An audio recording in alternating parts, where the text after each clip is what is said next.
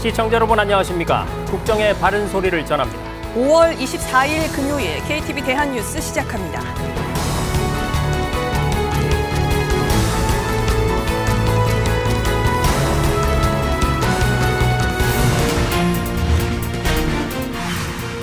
한국대학교육협의회가 내년 의대 증원 규모가 포함된 대입 전형 시행 계획을 승인하며 27년 만에 의대 증원이 확정됐습니다. 각 대학에선 오는 31일 내년 대입 모집 요강을 공개할 예정입니다. 정부는 필수 의료와 지역 의료 재정 투자 강화를 통해 의료 개혁에 속도를 내기로 했습니다. 전공의들에게는 근무지 복귀가 문제 해결의 시작점이라고 강조했습니다. 정부는 지역 완결적 필수 의료 확립을 위해 필수 의료 특별 회계와 지역 의료 발전 기금을 신설해서 과감한 재정 투자를 할 계획입니다. 오는 26일부터 이틀 동안 한일중 정상회의가 개최됩니다. 통상협력 등 6대 협력 분야에서의 3국 협력이 집중 논의될 전망입니다. 6월 한 달간 우리나라가 유엔 안보리 의장국을 맡습니다. 북한 관련 회의 소집이 더 수월해질 것으로 보이는 가운데 정부는 오늘 대북 독자 제재를 발표했습니다. 오늘 첫 소식입니다. 한국대학교육협의회가 내년 의대 증원 규모가 포함된 대입 전형 시행 계획을 승인하면서 27년 만에 의대 증원이 확정됐습니다. 각 대학에선 승인 결과를 반영해서 이달 말에 내년 대입 모집 요강을 공개할 예정입니다. 박지선 기자가 보도합니다. 한국대학교육협의회가 24일 오후 각 대학이 제출한 내년 대입 전형 시행 계획 변경안을 심의 확정했습니다. 심의 대상에는 각 대학이 확정한 내년 의대 증원 규모와 수시와 정시 비율, 지역 인재 전형 선발 비율 등도 포함됐습니다. 심의가 확정되면서 내년 의대 모집 인원은 전년 대비 1,509명 늘어난 4,567명으로 결정됐습니다. 1998년 제주대 의대 신설 이후 27년 만에 증원이 현실화된 겁니다. 심의 결과가 최종 의결되면 각 대학은 이에 따라 31일까지 내년 대입 모집 요강을 홈페이지에 공개해야 합니다. 의대 증원분을 반영한 대학별 내부 학칙 개정도 아직 진행되고 있는데 현재 의대 증원 대상인 32개 대학 가운데 절반이 넘는 곳에서 학칙 개정을 완료했고 일부 국립대에선 교수회 등의 반대로 내부 학칙 개정에 진통을 겪고 있는 상황입니다. 이에 대해 교육부 관계자는 학칙 개정의 최종 권한은 총장에게 있으며 교수회 등에서 부결되는 건 의미가 없다고 설명했습니다. 고등교육법 제32조 동법시행령 제28조 제3항의 취지에 비추어 볼 때 대학별 의대 정원은 교육부 장관이 정하는 사항에 따라야 하며 이를 따르지 않는 경우 고등교육법 제60조에 따라 시정명령 등이 가능합니다. 교육부는 이달까지 각 대학의 학칙 개정 상황을 지켜본 뒤 다음 달 개정이 이루어지지 않은 대학을 대상으론 시정명령에 나선다는 입장입니다. KTV 박지선입니다. 이런 가운데 정부가 필수 의료와 지역 의료에 대한 재정 투자 강화로 의료 개혁에 속도를 내기로 했습니다. 아울러 석 달 넘게 집단 행동을 이어가는 전공의들에게는 근무지 복귀가 곧 문제 해결의 시작이라면서 조속히 환자들 곁으로 돌아올 것을 촉구했습니다. 계속해서 이혜진 기자가 전합니다. 지난 17일 열린 국가재정전략회의에서 윤석열 대통령은 의료개혁을 뒷받침하기 위한 재정투자 강화를 주문했습니다.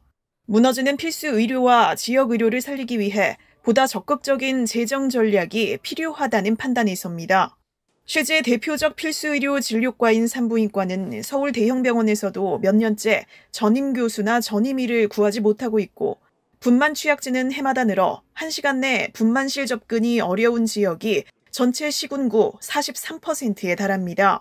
지역 간 의료 격차가 심화돼 상급 종합병원 환자 36% 이상이 거주지가 아닌 다른 시도에서 진료를 받고 있습니다. 정부는 이런 필요성 아래 사는 곳 어디서나 필요한 의료 서비스를 받을 수 있는 지역 완결 필수 의료 확립을 목표로 과감한 재정 투자에 나서기로 했습니다. 이를 위해 필수 의료 특별회계와 지역 의료 발전 기금을 신설하기로 했습니다. 정부는 지역 완결적 필수 의료 확립을 위해 필수 의료 특별 회계와 지역 의료 발전 기금을 신설해서 과감한 재정 투자를 할 계획입니다. 3개월 넘게 의료 현장을 떠난 전공의들에게는 조속한 복귀가 문제 해결의 시작이라며 돌아올 것을 재차 촉구했습니다. 돌아온 전공의들이 수련생으로서 합당한 대우를 받을 수 있도록 필요한 지원을 아끼지 않겠다는 약속도 이어졌습니다. 정부는 의료 현장이 이전의 모습으로 회귀하지 않고 전공의 여러분들이 수련생으로서 합당한 대우를 받을 수 있도록 필요한 지원을 아끼지 않을 것입니다. 주저하지 말고 정부를 믿고 근무지로 조속히 복귀하여 주시기 바랍니다. 정부는 전공의들에게 질 높은 교육을 제공하는 한편 필수 의료에 대한 자긍심을 갖고 일할 수 있는 여건을 조성해 나가겠다고 밝혔습니다. 전공의 연속 근무 시간을 기존 36시간에서 최대 24시간까지 단축하는 시범 사업이 다음 주부터 본격적으로 시작됩니다. 전공의들을 단순히 근로자로만 대우하지 않고 질 높은 전문의로 양성하기 위한 교육에 집중하는 전문의 중심 병원 전환도 빠르게 추진 중입니다. KTV 이혜진입니다.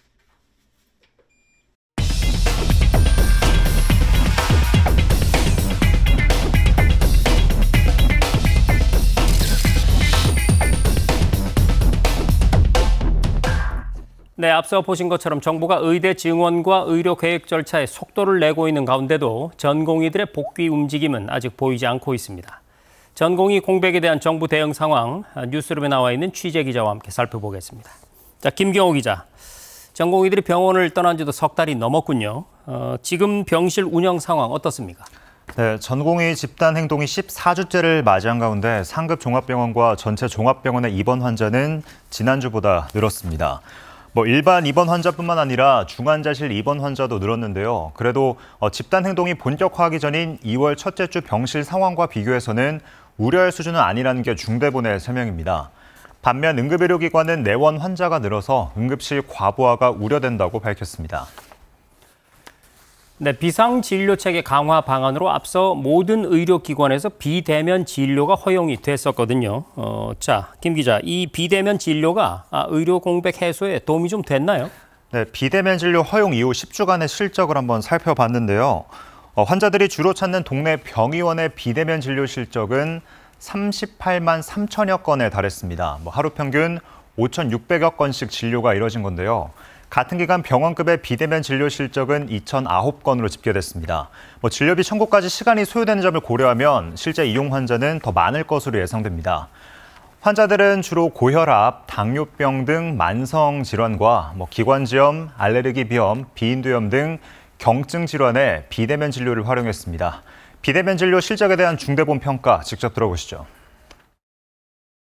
정부는 비대면 진료 확대가 경증 외래 환자를 동네 병의원으로 분산하고 상급 종합병원은 외래 부담의 완화로 중증 응급 환자 진료 역량에 집중하는 데 기여하였다고 판단하고 있습니다. 네, 그리고 의료 공백을 메우기 위해서 정부가 외국인 의사 국내 도입 계획도 발표한 적이 있는데요. 20일까지였던 입법 예고 기간도 지났는데 김 기자, 이게 실제로 도입이 추진이 되는 건가요? 네, 앞서 비상진료체계 운영 상황 먼저 살펴봤는데요. 진료체계가 전공의 집단행동 전과 똑같은 수준은 아니지만 안정적인 수준을 유지하고 있다고 정부는 보고 있습니다. 그런 만큼 당장 외국인 의사 투입 필요성은 높지 않다는 설명인데요. 정부는 입법 예고 기간 들어온 의견을 검토하고 다음 주에 외국인 의사 제도화 여부를 결정할 전망입니다. 네, 지금까지 전공의 공백에 대한 정부 대응 상황을 자세히 살펴봤습니다. 김경호 기자, 잘 들었습니다.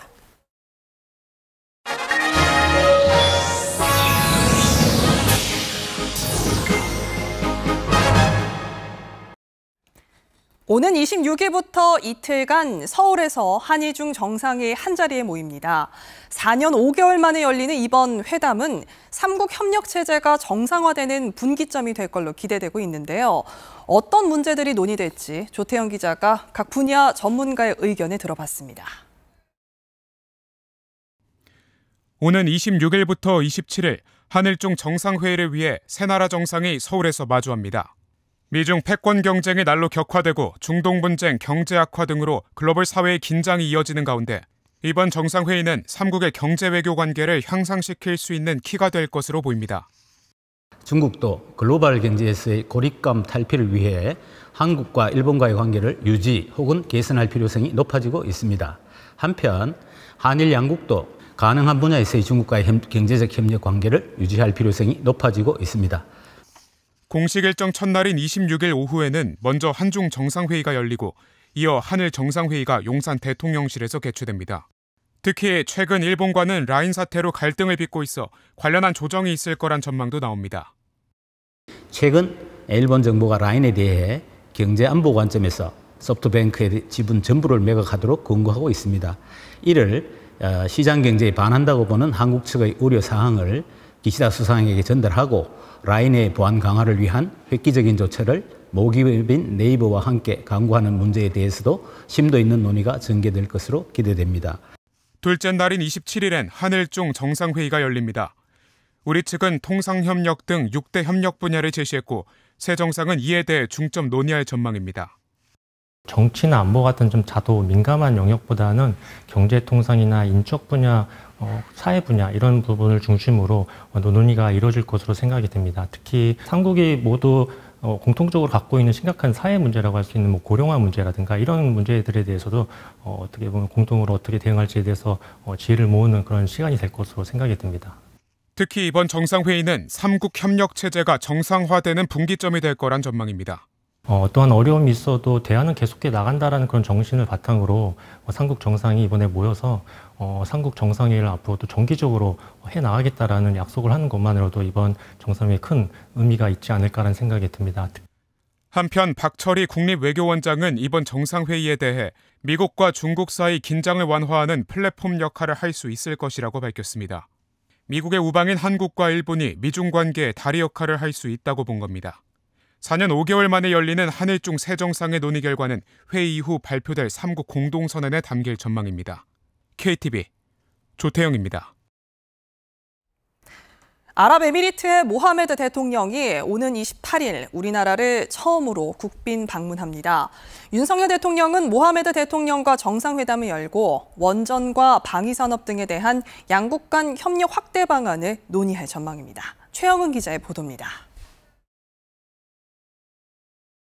지난해 윤석열 대통령은 우리 대통령으론 처음으로 UAE를 국빈 방문했습니다. 당시 모하메드 UAE 대통령과 공동 성명을 통해 300억 달러, 약 40조 원의 투자를 약속받았습니다. UAE 국부펀드 300억 불 투자는 형제 국가인 UAE 측이 우리를 신뢰해서 결정한 것입니다. 우리도 양국 모두의 이익에 부합하는 혁신적인 투자 파트너십 프로젝트를 발굴해서 화답해야 됩니다.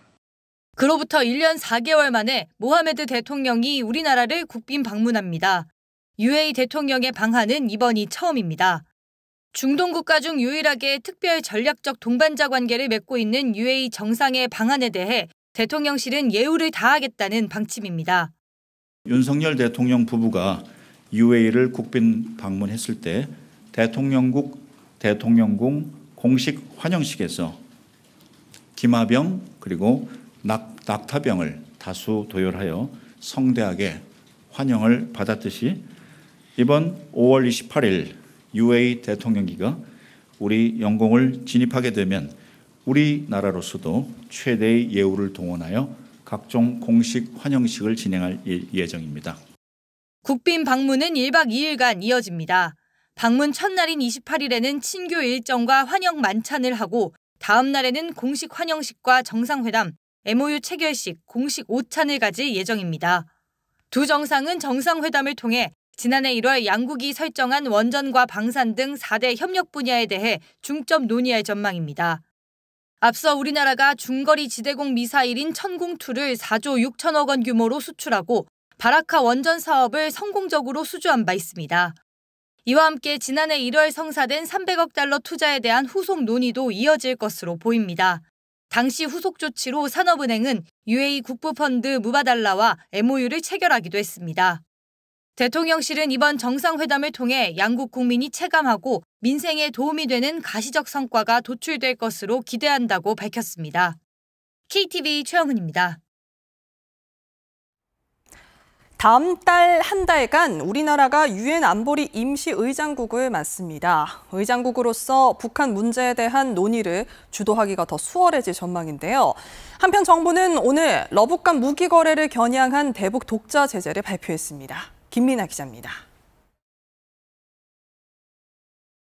올해 유엔 안보리 비상임이사국을 수임한 우리나라가 10년 만에 다음 달 안보리 의장국을 맡습니다. 유엔 안보리 15개 이사국이 한 달씩 돌아가며 의장직을 수행하는데 나라 이름 알파벳 순서에 따라 차례가 돌아갑니다. 우리나라의 의장국 수임 기간 중 대표 행사로 사이버 안보를 주제로 한 고위급 공개 토의가 열릴 예정입니다. 최근 북한이 가상화폐를 탈취해 핵무기 개발 자금을 조달하고 있어 북한 문제도 논의될 전망입니다. 오는 6월 우리의 의장국 수임 기간 중에는 한반도 문제를 포함하여 우리가 상대적으로 더 많이 기여할 수 있는 중점 문제를 발굴하고 안보리 논의를 주도함으로써 국제사회에 의미 있는 기여를 하고자 합니다. 이런 가운데 우리 정부는 24일 러북 무기 거래와 핵 개발 자금 조달에 관여한 개인과 선박을 독자 제재 대상에 추가했습니다. 이번에 제재 명단에 오른 북한 국적 개인은 리명혁 등 7명으로 러북 무기 거래에 관여하거나 북한 군수공업부 산하기관 소속으로 IT 외화벌이 활동을 한 것으로 파악됐습니다. 특히 러시아 블라디보스토크 주재 태룡무역 대표인 한혁철은 러시아산 디젤유의 대북 반입에 관여한 혐의를 받고 있습니다. 앞서 유엔 안보리 북한 제재위 전문가 패널 연례 보고서는 지난해 1월에서 9월 사이에만 북한이 연간 한도의 3배를 상회하는 150만 배럴 이상의 정제유를 반입한 것으로 추정된다고 밝힌 바 있습니다. 러시아 선박은 마이아-1, 마리아-2 척이 제재 대상에 추가되는데 다량의 컨테이너를 싣고 러시아와 북한으로 가며 군수 물자를 운송한 것으로 확인됐습니다. 외교부는 이번 조치가 우방국들과의 긴밀한 공조하에 이뤄진 것으로 국제사회의 대북 제재망을 더욱 촘촘하게 하는 데 기여할 것으로 기대하고 있습니다. KTV 김민아입니다. 1970년대에 납북된 고교생 5명의 송환을 기원하는 기원비가 오늘 전북 군산 선유도 해수욕장에 세워졌습니다. 제막식에 참석한 김영호 통일부 장관은 유엔 아동권리협약 당사국인 북한이 이제라도 고교생 5명 전원을 가족의 품으로 송환하고 납북자 문제 해결에 전향적으로 호응할 것을 촉구했습니다. 납북 피해 고교생 5명은 지난 1977년에서 78년 사이 전북 군산 선유도, 전남 신안군 홍도에 여행을 왔다 북한 공작원들에 의해 납북됐습니다. 요즘 김값이 금값이란 말이 나올 정도로 가격이 급등해 장바구니 부담이 만만치 않은데요. 정부가 여름철 물가 불안에 선제적으로 대응하기로 하고 김을 비롯한 주요 농축수산물의 수급 관리에 나서기로 했습니다. 신국진 기자입니다. 한국해양수산개발원 조사 결과 지난달 김밥용김 중품의 100장당 평균 도매 가격은 1,089원으로 나타났습니다. 지난해 같은 기간보다 80.1% 상승한 겁니다. 김의 수출 수요가 증가한 데다 재고가 평년의 3분의 2 수준으로 줄어 가격이 급등했습니다. 여기에 더해 김 원초 가격이 크게 오르면서 조미김 시장도 가격 인상에 나섭니다. CJ제일제당과 광천김, 대천김 등이 김 제품 가격을 10에서 30% 인상한 가운데 조미김 시장 점유율 20%를 넘는 동원 F&B는 다음 달부터 가격을 인상합니다. 김에 대해서는 관계부처가 매점 매석이나 판매 기피 행위 등을 점검 중이며 유통 교란 행위가 발견될 경우 엄정 대응하겠습니다. 정부는 김병환 기재부 1차관 주재로 경제관계장관 회의 겸 물가관계 차관 회의를 열고 여름철 기상 여건, 어항기 등 물가 요인에 선제 대응하기로 했습니다. 우선 가격이 높은 김은 6월에도 정부 할인 지원을 계속 이어가고 이번 주 통관이 시작된 할당관세 물량 825톤도 신속히 도입합니다. 일부 지역에서 작황이 부진한 마늘과 양파는 수급을 보며 필요에 따라 비축을 추진할 예정입니다. 특히 배추는 비축과 출하 조절 물량 등을 활용해 수급 관리에 나서기로 했습니다.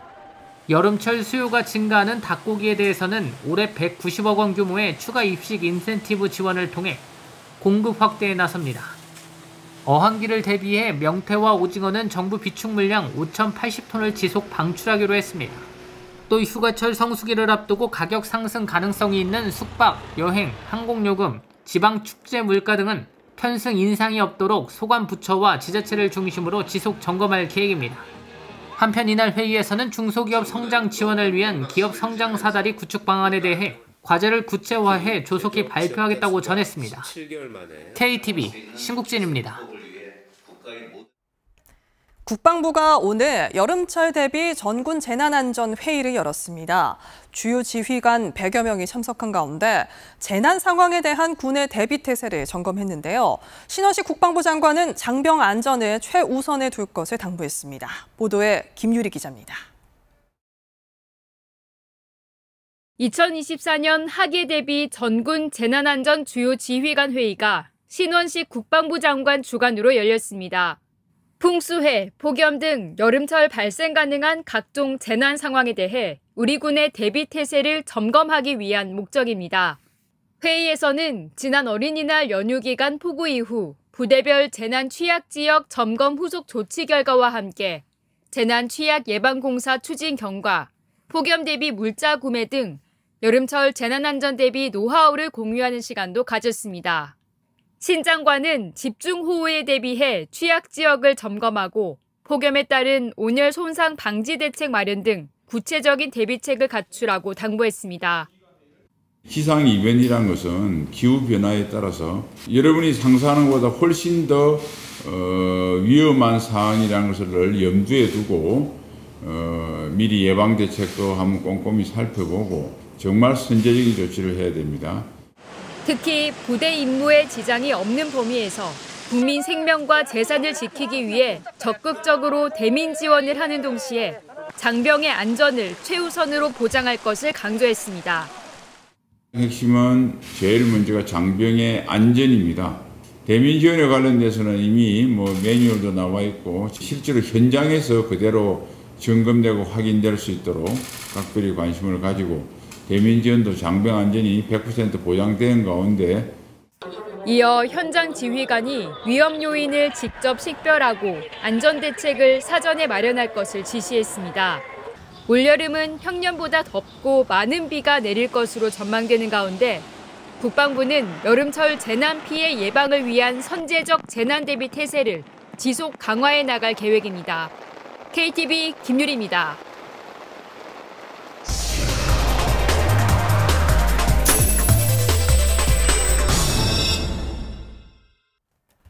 지난 월요일에 여름의 문턱이 시작되는 절기인 소만이 지났습니다. 이맘때가 바로 벼농사를 위해서 본격적으로 모내기를 시작하는 시기인데요. 송미령 농식품부 장관이 충주시의 모내기 현장을 찾아서 농민들을 격려하고 쌀값 안정을 위한 정부의 의지를 설명했습니다. 최다희 기자가 현장을 가보았습니다. 물이 가득 찬 논에서 모심기 작업이 한창입니다. 이항기가 지나간 자리엔 초록빛 모가 가지런히 자리 잡습니다. 올해 35살인 서강석 씨는 벼농사를 지은 지 10여 년이 된 청년농입니다. 5월 10일경에 그때부터 모 심기 시작했고 여기는 2,000평 정도 논이고요. 골드킹 2호 심고 있습니다. 서 씨는 자율주행 이항기로 모내기 작업을 해 작업이 더 편리해졌다고 말합니다. 제가 지금 타고 있는 이 이항기가 자율주행 이항기입니다. 경류를 자동으로 생성해 작업 인력을 줄여주고 작업 숙련도와 관계없이 정확한 작업이 가능합니다. 자율주행을 함으로써 기존의 이항 작업을 할 때는 최소 2명에서 3명 정도가 작업을 인원이 필요했는데 직진 자율주행으로 사용할 때는 1인 작업이 가능하도록 되어 있는 장점을 가지고 있습니다. 송미령 농림축산식품부 장관도 본격적인 모내기철을 맞아 충주시의 모내기 현장을 방문했습니다. 송 장관은 자율주행 이항기에 벼 모판을 직접 싣고 이항기에 시승해 모심기 작업까지 진행했습니다. 또 농업인들과 모내기 현장을 둘러보며 쌀값 안정을 위한 정부의 의지를 강조했습니다. 쌀값 안정을 위한 대책이 있습니다. 수확기 전에 사전적으로 수급 예측을 해서 미리 완충 물량을 마련하는 겁니다. 그래서 아예 적정 생산이 이루어질 수 있도록 선제적으로 대응하는 그런 노력들을 지금 하고 있습니다. 모심기 이후에는 동네 주민들과 함께 새참을 나누고 농업인의 희망을 위하여! 올해 예상 작황과 영농에 대한 어려움 등 현장의 목소리를 청취하는 시간도 가졌습니다. 한편 송 장관은 올해 기상 상황과 적전 생산 대책 추진 상황 등을 면밀히 고려하고 가루쌀 산업 육성 등 실효성 있는 정책을 통해 쌀 수급 안정을 도모할 것이라 밝혔습니다. KTV 최다입니다. 문화체육관광부가 오는 30일까지 예술의 전당 한가람미술관에서 장애예술인 창작물 우선 구매 제도 활성화를 위한 장애예술인 아트마켓인 장애예술인의 특별한 선물전을 엽니다. 문체부는 장애예술인 창작물 200점이 걸리는 이번 아트마켓에서 우선 구매 대상 기관인 정부와 지자체, 공공기관이 현장에서 미술작품을 구매하도록 지원할 계획입니다. 유인촌 문체부 장관은 아트마켓을 계기로 장애예술인 창작물 우선 구매 제도에 대한 인식이 확대되고 제도가 더욱 활성화되길 기대한다고 밝혔습니다. 태권도를 배우면서 병마와 싸운 콜롬비아 소녀부터 한국에서 꿈을 키운 인도네시아 가수까지 한국과 인연이 깊은 한국 사랑꾼들이 초청을 받아서 우리나라에 왔습니다. 감동과 희망으로 가득했던 그들의 한국 방문기를 김찬규 기자가 동행 취재했습니다. 콜롬비아에서 온 로라 씨. 유람선 선미에 서서 한강을 한참 바라보다 눈물을 터뜨립니다. The most memorable thing, I think, this one moment here in the cruise because I just realized that I'm here and I thought that I will never be here. 어린 시절 암으로 한쪽 눈을 잃은 로라 씨는 태권도를 배우며 힘을 얻었습니다. It means my whole life. I get the first time to the salon with my teacher was like, you can do anything. There's no limit for you. Thanks to that, I feel more powerful and I can catch my dreams. 로라 씨는 한국관광공사가 주최하는 코리아 인바이트 유 프로그램으로 태권도 종주국을 여행하는 오랜 소원을 이뤘습니다. 한국 방문의 해를 맞아 한국과 특별한 인연을 맺은 외국인 50여 명을 초청해 한국을 직접 체험하게 하는 행사입니다. 한강에서 빼놓을 수 없는 라면도 끓여 먹고 외국인 관광객 사이에서 K-팝 성지로 자리 잡은 대형 기획사 공식 매장도 둘러봤습니다. 한국에서 아이돌 연습생을 하다 모국에서 가수가 된 마리아 씨는 10년 만에 한국을 다시 찾았습니다. When we got here and entered the SM Entertainment building, it feels so, wow, this is South Korea and it's real Korea. So yeah, because the Korea country is well known with the K-pop industry and the K-wave. So 지난 20일 한국을 찾은 참가자들은 서울과 부산, 전주에서 닷새간의 여행을 마쳤습니다. 한국 방문의 해는 올해까지 이어집니다. 지난해 외국인 1,100만여 명이 우리나라를 여행했는데요. 문체부는 코리아 뷰티, 한류 관광 등 다채로운 행사로 외래 관광객 2천만 시대를 열 계획입니다. KTV 김찬규입니다.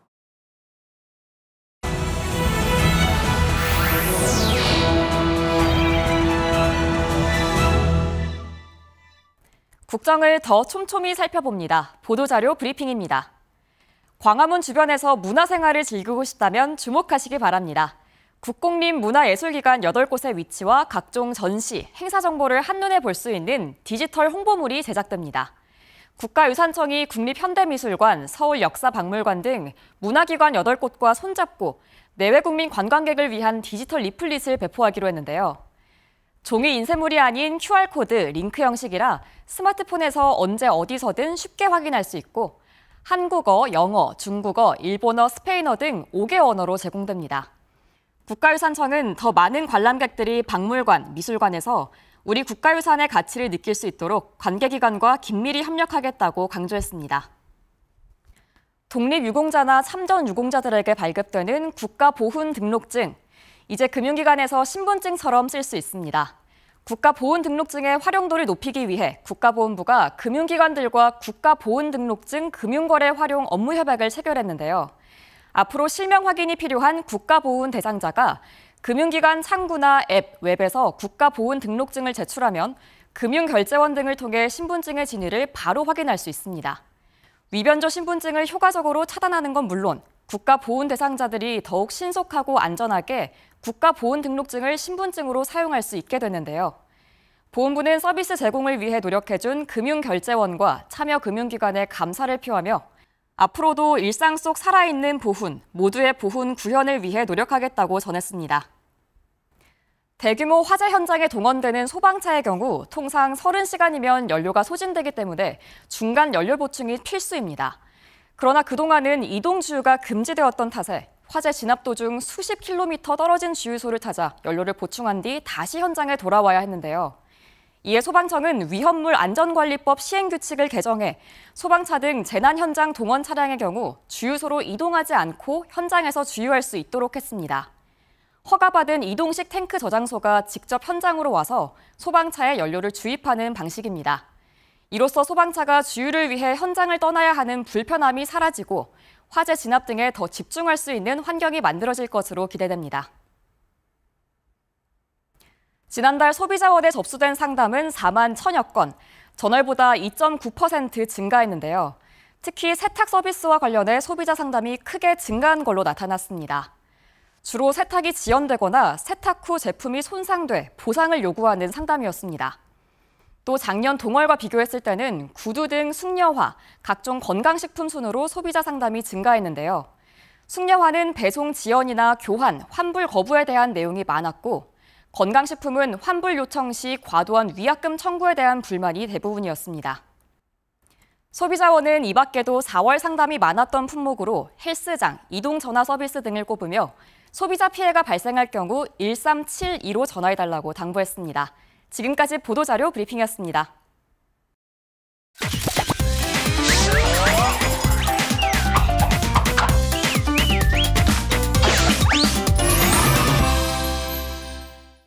자, 여러분들 호주 하면 떠오르는 도시 어딘가요? 시드니? 멜번? 관광으로 많이 찾는 곳이죠. 보통 호주 다녀왔다 하면 시드니, 멜번 둘 중에 하나입니다. 자, 여기서 잠깐 문제. 호주에서 또 어딜까요? 3, 2, 1. 시드니, 멜번?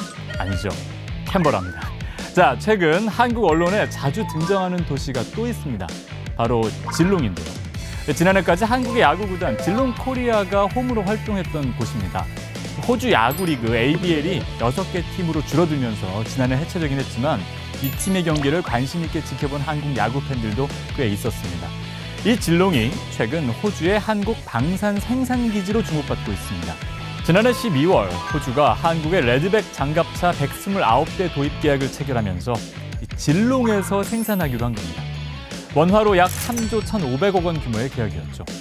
호주형 K9 자주포와 K10 탄약 운반 장갑차 생산도 이곳에서 진행되기 때문에 질롱은 한국과 뗄래야 뗄 수 없는 곳이 됐다라고 할 수 있습니다. 4월 30일 신원식 국방부 장관과 리처드 말스 호주 부총리 겸 국방부 장관이 함께 질롱 공장을 찾아 생산 라인을 둘러봤는데요. 여담이지만 말스 부총리의 고향이 질롱이고 이곳이 지역구이기도 하답니다. 이 공장은 국내 방산 기업의 첫 번째 해외 생산 기지이기도 합니다. 한국과 호주의 방산 협력, 이제 시작이라고 할 수 있겠습니다. 현재 한국은 호주의 3대 교육국 중 하나입니다. 전통적으로 한국이 호주로부터 소고기와 와인, 자원 등을 사오고 호주가 한국으로부터 전자제품, 자동차 등을 사가는 구조인데 최근 여기에 앞서 전해드린 방산 무기가 추가되면서 교역량이 쭉 늘어났죠. 지난 4월 17일 호주 국방부는 앞으로 10년 동안 500억 호주 달러를 국방비에 추가로 사용하겠다고 밝혔습니다. 원화로 45조 원입니다. 레드백 이후 현재 호주가 추진하고 있는 방위 사업은 C-5000입니다. 이번엔 바다인데요. 호위함 11척을 구매한 겁니다. 3척은 수주국에서, 나머지는 호주에서 건조하는 조건으로 알려져 있습니다. 제프 로빈슨 주한 호주 대사는 얼마 전 인터뷰에서 호주 호위함 수주 경쟁을 벌이는 나라가 4곳이다라고 밝힌 바 있습니다. 일단 한국과 호주의 관계는 긴밀합니다.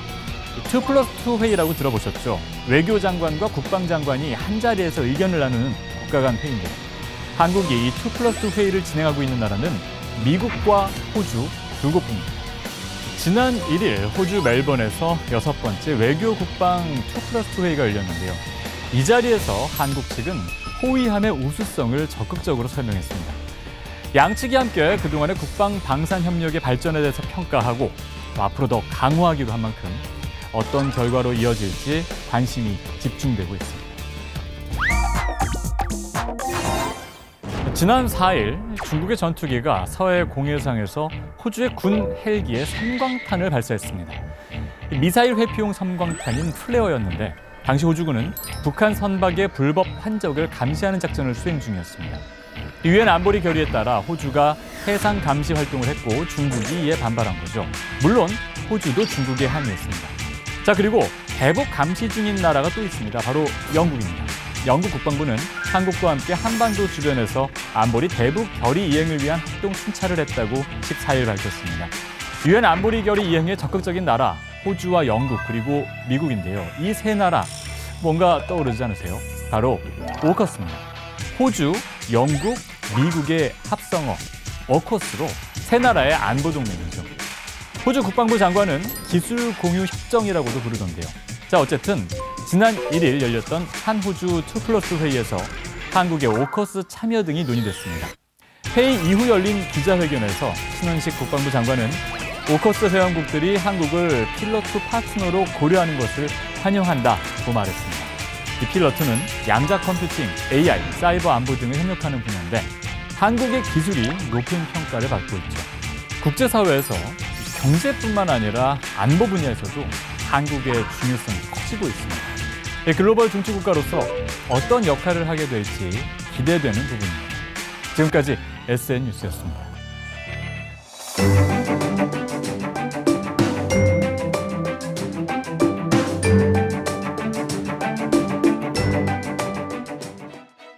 안녕하세요. K웨더 라이프스타일 예보 신지수입니다. 하늘이 흐린 가운데 내륙은 대기가 불안정합니다. 오늘 저녁까지 충북 내륙과 경북 북부 내륙을 중심으로 5에서 10mm의 소나기가 지나는 곳이 있겠습니다. 주말인 내일도 흐리겠고요. 수도권과 강원 북부 일부 지역에서는 새벽부터 오전에 약한 비가 오는 곳도 있겠습니다. 일요일엔 늦은 오후부터 전국에 비가 내리면서 다음 주 월요일까지 이어질 것으로 예상됩니다. 다음은 자세한 지역별 날씨입니다. 중부지방 아침 기온 서울 15도, 춘천 14도로 시작해 낮 기온은 서울 24도, 춘천 25도 보이겠습니다. 동해안 지방은 속초와 울진의 아침 기온 13도, 낮에는 속초 20도, 울진 19도에 머물겠습니다. 남부지방의 아침 기온은 광주 17도, 부산 16도로 출발하겠고요. 한낮엔 광주 27도, 부산 23도 예상됩니다. 내일 해상엔 구름이 많겠고 물결은 잔잔하겠습니다. 일요일과 월요일 전국에 비가 내리면서 다음 주 초반엔 날이 선선하겠습니다. 날씨였습니다. 네, 올여름은 평년보다 덥고 특히 폭우 등 비가 많이 온다는 예보가 나오면서 정부가 여름철 기후재난 대응에 만전을 기한다는 방침인데요. 돌다리도 두드려보고 건너라는 말이 있듯이 주변에 안전해 보이는 곳이라도 혹시나 하는 마음으로 미리 점검해두면 좋을 것 같습니다. KTV 대한뉴스 오늘 저희가 준비한 소식은 여기까지입니다. 시청해주신 여러분 고맙습니다.